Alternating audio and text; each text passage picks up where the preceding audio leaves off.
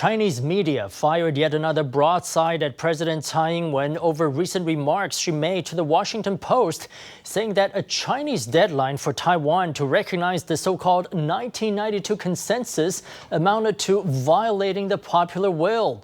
Tsai said it was not likely that her government would accept a deadline, comments interpreted by Chinese media as an outright rejection of the consensus.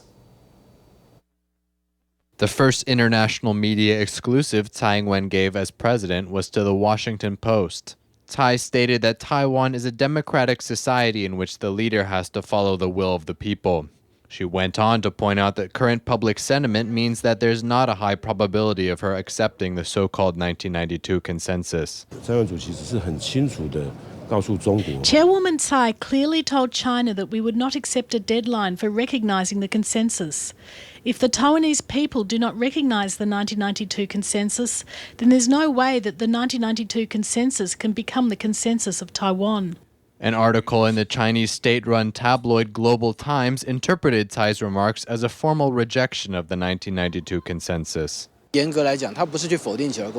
Strictly speaking, Tsai Ing-wen did not reject the 1992 consensus.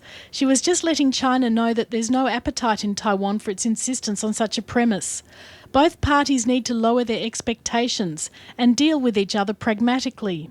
President Tsai's first public comments on the 1992 consensus since she took office have attracted a great deal of attention, especially because of their potential implications for the immediate future of cross-strait relations.